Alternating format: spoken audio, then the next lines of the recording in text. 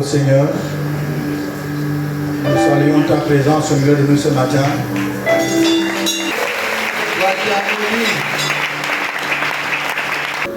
Je voudrais commencer ce moment comme il se doit. Nous sommes au premier dimanche de l'année. Certains on a réveillonné ensemble. D'autres, c'est maintenant qu'on se voit. Et la tradition oblige à ce que je vous souhaite une année de grâce. Mais du fait que 2025 est particulière, qu'elle te donne ce que 2024 ne t'a pas donné. Et les portes que 2024 n'a pas pu ouvrir, que 2025 les ouvre au nom de Jésus. La santé que 2024 n'a pas pu te donner, que 2025 soit ton année. Année de grâce, année de bénédiction, année de prospérité, année de santé, année de succès, année de réussite pour nos enfants qui apprennent. Que cette année nous soit plus favorable que l'année passée. Et ce matin, je veux vous donner deux principes de base pour amorcer 2025. Dans le livre de Matthieu, chapitre 27, nous lirons à partir du verset 21 et nous terminerons au verset 25. Le gouverneur, prenant la parole, leur dit: lequel des deux voulez-vous que je vous relâche?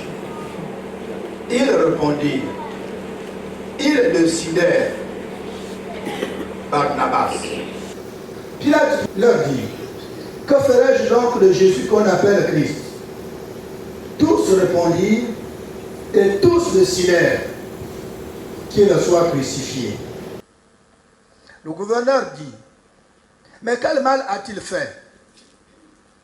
Et ils crièrent encore plus fort, tous en décidant qu'il soit crucifié. Pilate, voyant qu'il ne gagnait rien, mais que le tumulte augmentait, prit de l'eau, se lavant les mains en présence de la foule, et dit: je suis innocent du sang de ce juste, et cela vous regarde. Tout le peuple répondit: ils décidèrent que son sang retombe sur nous et sur nos enfants. On peut dire amen? Amen. Je vais parler de deux principes. Ce n'est pas lié avec la crucifixion de Christ, mais c'est lié avec les décisions que nous prenons. Si vous avez suivi, je faisais ressortir un mot qui n'est pas dans vos Bibles. Effectivement, qui n'est pas dans la traduction que j'ai. Mais dans les autres traductions, c'est ce que ça dit. Ils décidèrent et tous crièrent. Ils ne peuvent pas crier sans décider. Pilate va le demander entre les deux, Jésus et Barnabas, lequel souhaiterez-vous qu'on libère conformément à notre réglementation? Ils décidèrent. À plus, ils crièrent: libérez Barnabas. Mais il ne va pas s'arrêter là. Il dit: bon, finalement, vous demandez qu'on libère Barnabas.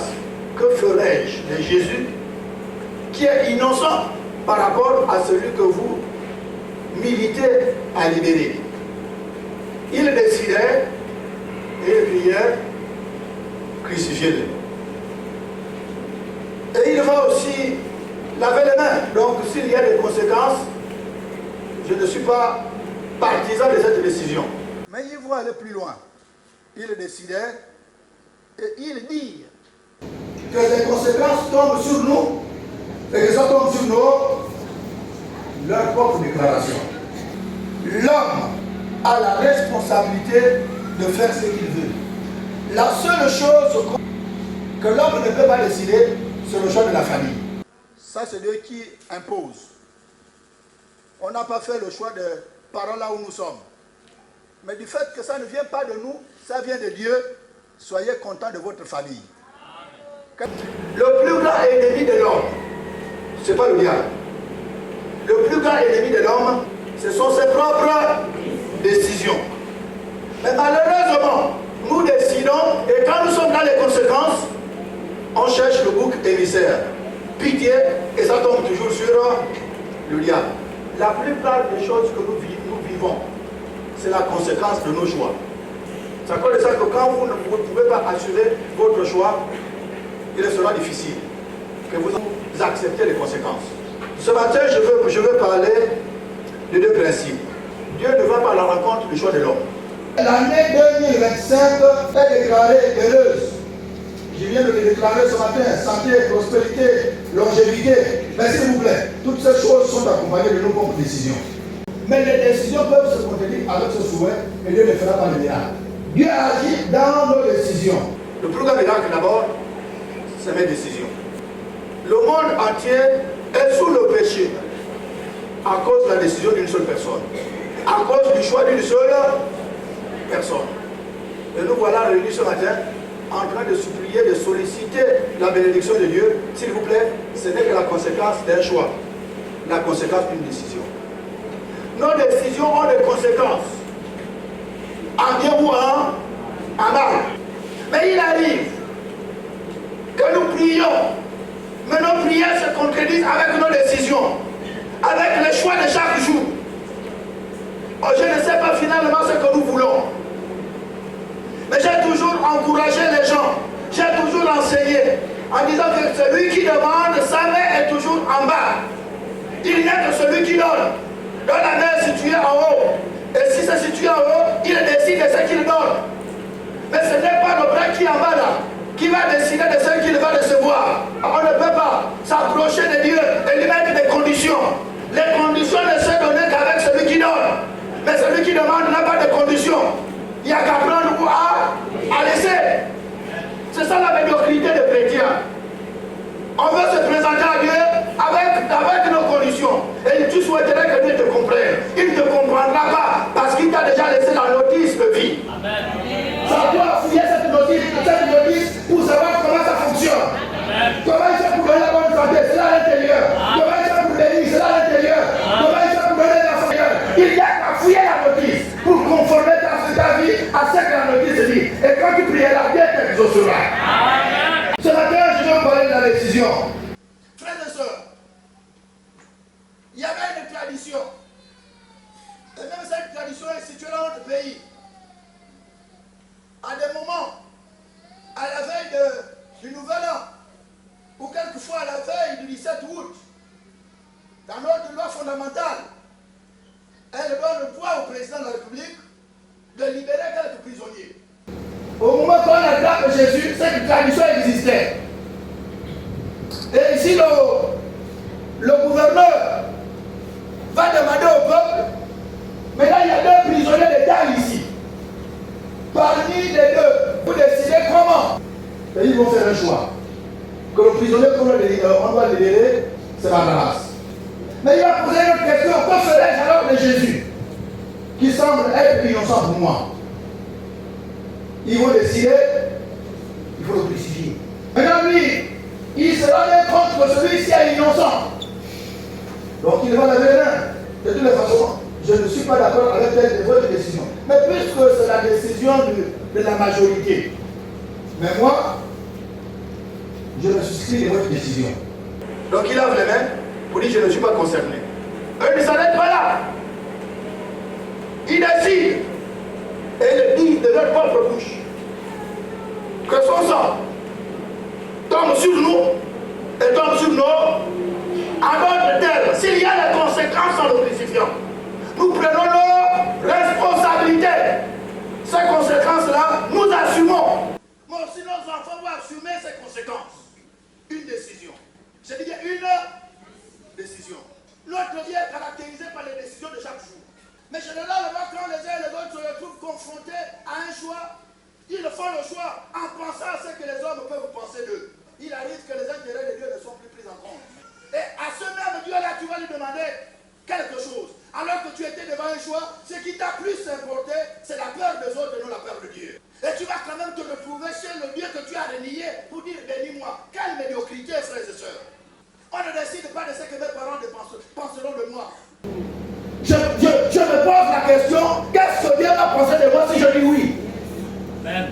Et je préfère être rejeté de mes parents qu'être rejeté par Dieu pour une décision qui concerne Dieu. Plusieurs d'entre nous, on a renié Dieu, on ne tient pas de ce que les gens peuvent penser de nous. Les gens disent souvent, je n'avais pas de choix, mais pourtant ce tu as fait, c'est un choix. Ce que tu as choisi, ce que tu as décidé. Nos décisions nous poursuivront. Nos bénédictions dépendent des décisions que nous allons prendre. Nos bénédictions dépendent de ce que nous choisissons. Mais n'oubliez jamais que les décisions ont des conséquences, en bien ou en mal. Vous êtes sur le banc de l'école, vous avez le choix d'étudier, mais vous avez aussi le choix de ne pas étudier. Mais attention, ce que vous prendrez comme résolution aura des conséquences demain. Mais avant 10 ans, 15 ans, on avait plus de ratés que de chômeurs.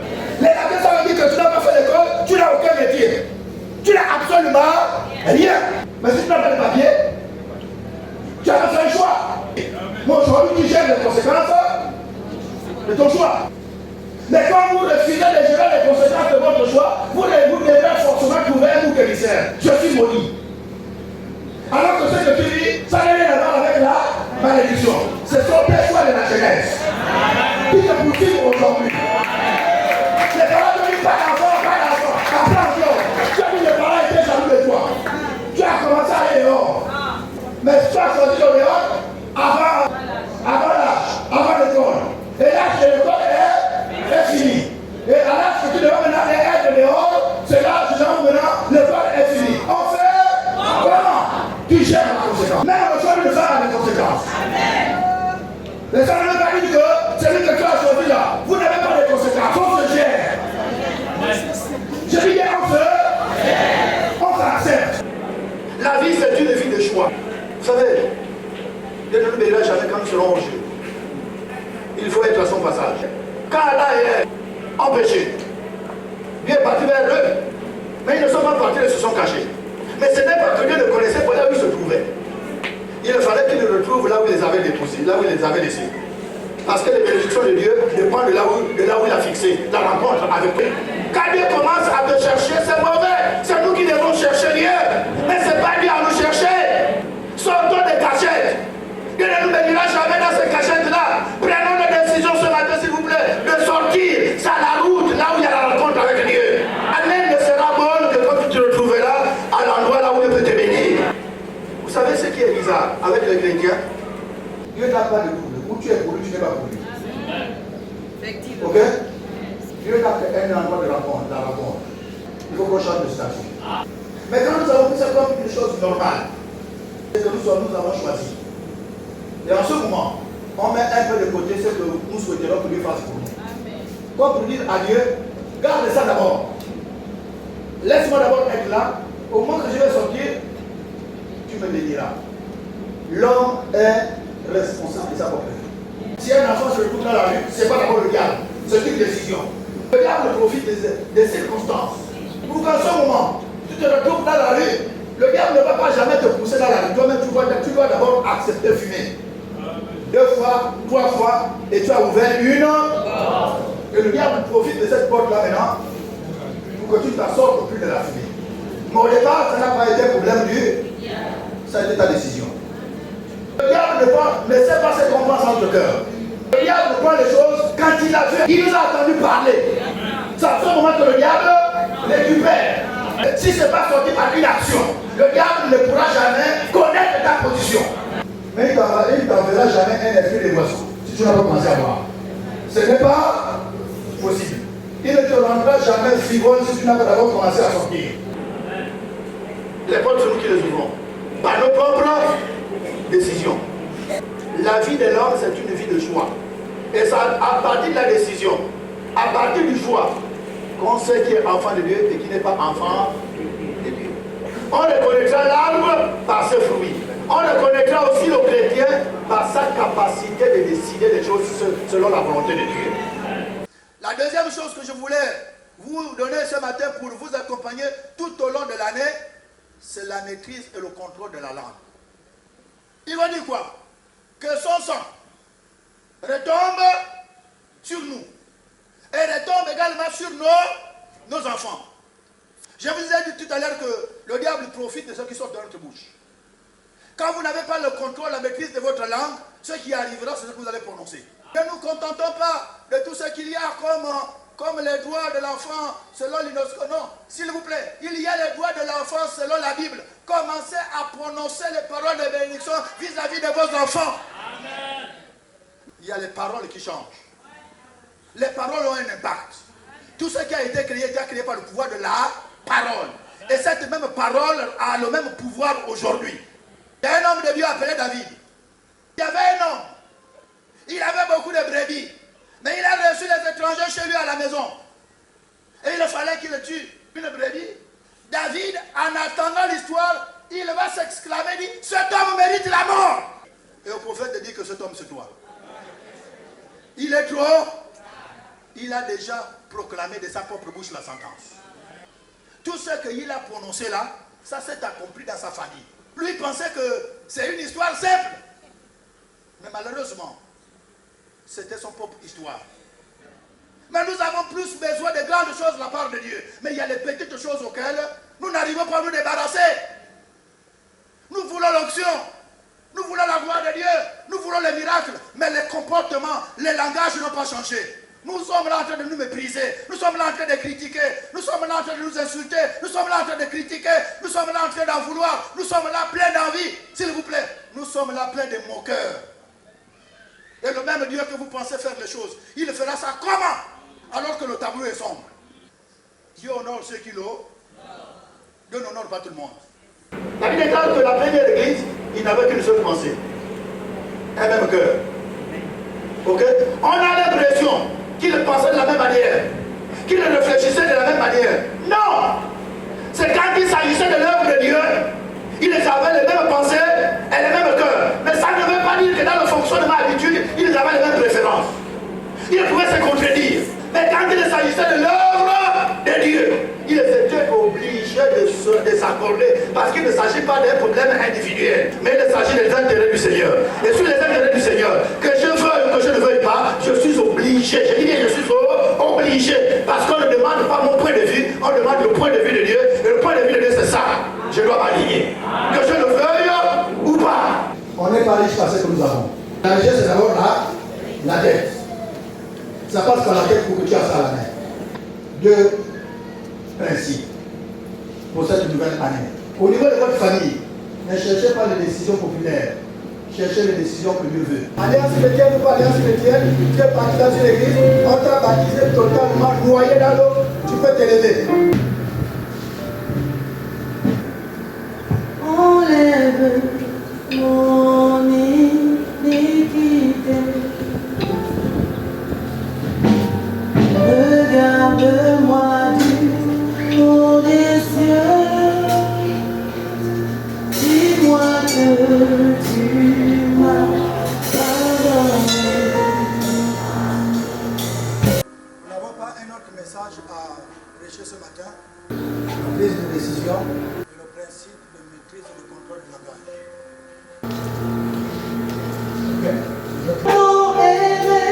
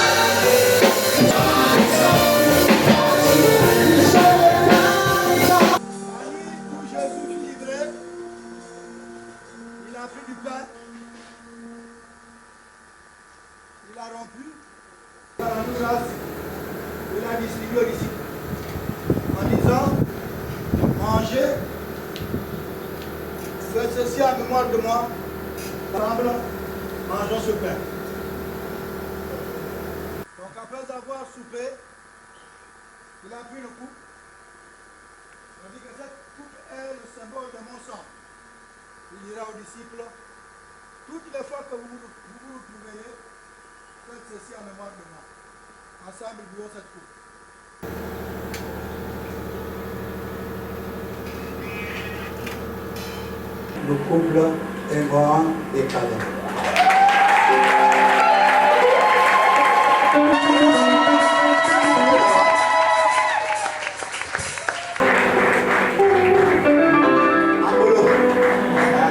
Nous voulons simplement dire merci à M. Jean Bécalou de nous avoir honoré en prenant cette responsabilité de rentrer en 2025 avec un autre stade. Traditionnellement, le premier cadeau que vous devez recevoir, c'était le cadeau de l'église. Ce cadeau, on appelle ça la constitution du mariage. Le Dieu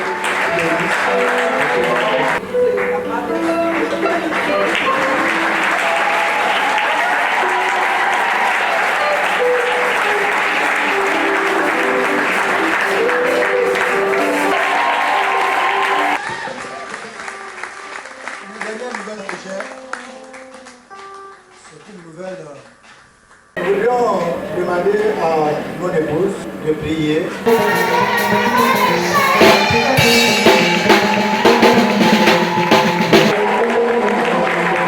Shalom, peuple de Dieu, et meilleurs vœux à tous. Alléluia.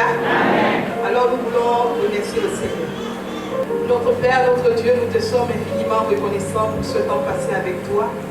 Merci parce qu'un jour dans ta présence vaut mieux que 1000 ans ailleurs. Seigneur, nous nous soumettons à toi, nos cœurs, nos pensées, nos êtres tout entiers. Seigneur, que ta volonté soit faite dans nos vies. Donne-nous, Seigneur, de nous conformer à ta parole, en tout et pour tout, parce que c'est ta parole qui est la vérité. Seigneur, à toi la gloire. Et que tu me gardes fidèle à toi tout au long de cette année. Moi, je honneur te revienne au nom de Jésus. Amen.